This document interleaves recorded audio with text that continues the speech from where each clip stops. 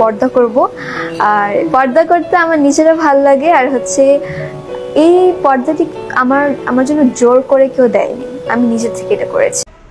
বিয়ে করেছে শিশুলো বাবা।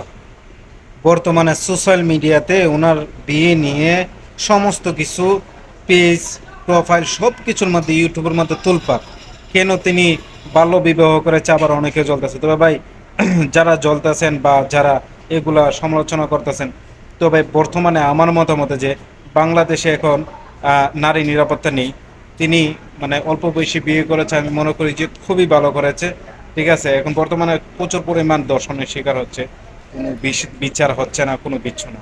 তবে ও কিন্তু খুবই শুরু থেকে সোশ্যাল মিডিয়াতে ছোট সময় থেকে পর্দাশীলভাবে বেড়ে উঠেছে, এবং আমার মতামতে উনি খুবই সুন্দরভাবে চলাফেরা করছে সোশ্যাল মিডিয়াতে। তো ওরা কিন্তু ইসলামের আইন শৃঙ্খলা নিয়ম কানুন মেনেই বিয়ে করেছে। ঠিক আছে, সবাই ওদের জন্য দোয়া করবেন, কোনো সমালোচনা করবেন না। ভালো থাকুন, সুস্থ থাকুন, আল্লাহ হাফেজ, আসসালামু আলাইকুম।